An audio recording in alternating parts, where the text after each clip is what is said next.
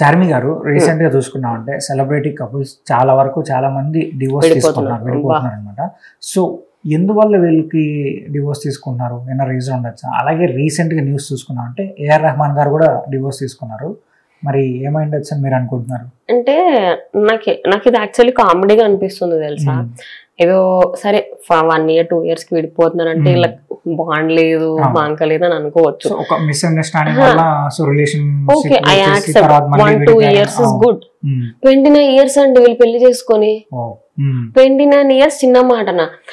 ఇంకా చాలా ఎగ్జాంపుల్స్ ఉన్నాయి. సమంత నాగ చైతన్య 4 years తర్వాత విడిపోయారు. అండ్ ఐశ్వర్య ఇంకా ధనుష్ 16 సంవత్సరాల తర్వాత విడిపోయారు. రీసెంట్ గా ఐశ్వర్య ఇంకా అభిషేక్ బచ్చన్ ఇంకా బాలీవుడ్ లో చూసుకుంటే చాలా మంది ఉంటారు. రుతిక్ రోషన్ గారు కూడా డివోర్స్ తీసుకున్నారు, అమీర్ ఖాన్ గారు కూడా డివోర్స్ తీసుకున్నారు. సో అంటే ఏంటి లెక్క పెద్దగా ఉంటుంది. ఈవెన్ సైఫ్ అలీ ఖాన్ కూడా సెకండ్ మ్యారేజ్ అయినది కరీనా కపూర్ తోని, ఫస్ట్ విడాకులు తీసుకున్నారు. అట్లా ఏమైపోతుందంటే 1 year 2 year అనేది ఓకే అండి, ఎందుకంటే వాళ్ళకి మిస్అండర్స్టాండింగ్స్ అవుతాయి, అర్థం చేసుకోవచ్చు.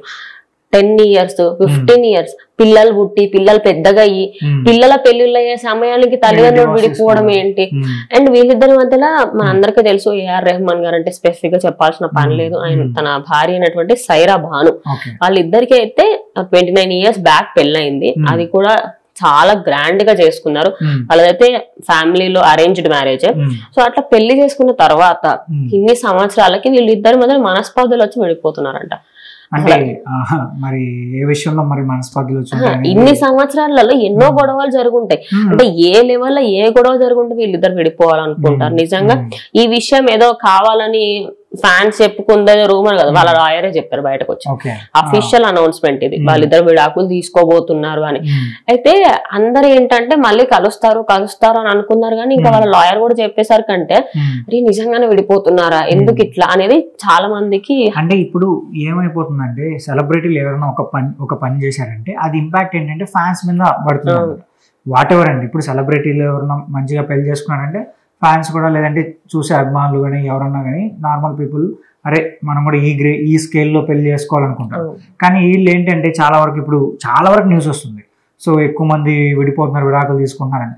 అప్పుడు వీళ్ళు ఏం ఫీల్ అవుతున్నారంటే అరే కొంతకాలమే ప్రేమ ఉంటుందా, సో కొంతకాలమే మనం ఒక పర్సన్ని అర్థం చేసుకోగలమా, అదే ఫీల్ అవుతున్నారు. సో దీనిపైన ఏమనుకుంటారు? ఇది జనాల పైన ఎక్కువ ఇంపాక్ట్ అయ్యి. ఆబ్వియస్లీ అండి, మీరు అన్న దాంట్లో అస్సలు తప్పులేదు. ఎందుకంటే ఇప్పుడు నేను ఒక హీరోని అభిమానిస్తున్నా అంటే నేను ఆయన లాగా ఉండాలనుకుంటా, లేకపోతే ఆయన చేసిన మంచి పనులు నేను ఒక 10% చేయాలనుకుంటా ఖచ్చితంగా. ఇప్పుడు రామ్ చరణ్ ఉపాసన గారిని చూడండి, అదేవిధంగా జ్యోతిక సూర్య గారిని చూడండి, వాళ్ళిద్దరిని చూస్తే ఐడియల్ కపుల్, నిజంగా నిదర్శనం రా భయ్ మీరు అన్నట్టు ఉంటారు. ఇప్పుడు అంతెందుకండి, చాలా మంది ఆయన అయ్యప్ప మాల వేసుకొని దర్గాకి వెళ్ళినందుకు కాంట్రవర్సీ చేశారు. కానీ ఉపాసన గారు అఫీషియల్ గా తన అకౌంట్ లో ఇన్ని ప్రూఫ్స్ పెట్టారు, ఇంతమంది వెళ్తారండి అయ్యప్ప మాలకి, శబరికి వెళ్ళాము, సపోర్ట్ చేయడం అన్నమాట. నేనున్నా అనే ధైర్యం ఉండాలి. జ్యోతిక గారు కూడా కంగువా సినిమా ట్రోల్స్ చేసే వాళ్ళ పైన కూడా సీరియస్ అయ్యారు కదా. అది అంటే ఒక ఐడియల్ కపుల్ అలా ఉండాలి. ఎన్ని సంవత్సరాలైనా అరే వీళ్ళు ఇంకా న్యూలీ మ్యారీడ్ లాగానే ఉన్నారు, ఇప్పుడే పెళ్లి చేసుకున్నారేమో అన్నట్టు. ఇంకోటి ఖచ్చితంగా వీటి వల్ల ఏమైపోతుందంటే ఈ జనరేషన్ లో మీరు ఎక్కువ చూస్తే, మీరు సోషల్ మీడియా ఓపెన్ చేయండి, 10 reels తర్వాత someone took divorce, some actress divorced, relation break చేసుకున్నారు, ఇదే వస్తుంది. అవే అంటే మీకు రిలేషన్ అంత కామెడీ అయిపోయిందా, లవ్ అనేది అంత కామెడీ అయిపోయిందా, అంటే మీకు ఒక పెళ్లి అనేది ఒక అంత కామెడీ అయిపోయింది జనరేషన్ కి. దానికి ఇంపాక్ట్ ఏంటి అంటే పెద్ద వాళ్ళు చేయడమే.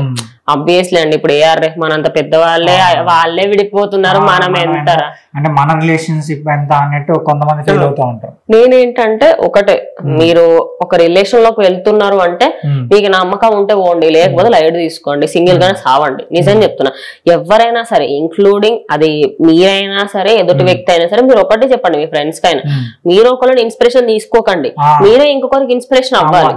మీరు ఇప్పుడు ఒక రిలేషన్ లోకి ఎవరైనా వెళ్తున్నారంటే మీరు అండర్స్టాండింగ్ తో ఉండాలి, కానీ వాళ్ళు ఎవరు ఏదో పని చేశారని చెప్పు, లేదంటే వాళ్ళంత గ్రాండ్ గా పెళ్లి చేసుకోవాలని చెప్పి మనం కూడా అంత గ్రాండ్ ఇది కాదు. సో మన స్థాయి ఏంటి, మనం ఎలా ఉండాలనే దాన్ని బట్టి. ఇప్పుడు ఈయన విడిపోవడంతో చాలా మంది ఏంటంటే కొంచెం నిజంగానే బాధపడుతున్నారండి. ఎందుకంటే నిజానికి వాళ్ళ దాంట్లో తలాక్ అనేది తీసేశారు. అటువంటిది ఆయన అసలు హిందీ వర్డ్ లోనే, హిందీ లాంగ్వేజ్ లోనే విడాకులు అనేది లేదు, ఒక పదమే లేదు.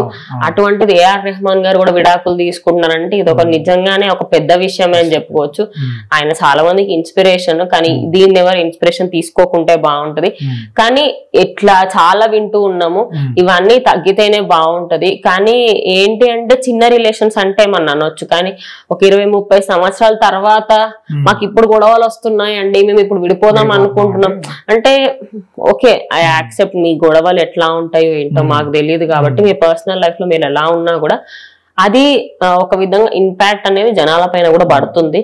సో అది కొంచెం అంటే మీరే అర్థం చేసుకొని లేదంటే మేము బాగానే ఉన్నాం అని చెప్తే బాగుంటది. ఇప్పుడు రీసెంట్ టైమ్స్ లో అభిషేక్ బచ్చన్ ఇంకా ఐశ్వర్య రాయ్ నిమ్రత్ కౌర్ ఎక్కువ అనిపిస్తుంది. ఇట్లా విన్నప్పుడు ఏంటంటే ఒక జనరేషన్ కి బ్యాడ్ అనేది ఇప్పటికీ జనరేషన్ లో చాలా మంది ఫిక్స్ అయిపోయింది. లవ్ కొంచెం వరకే బాగుంటది, ఆరెంజ్ సినిమా ఫిక్స్ అయ్యారు.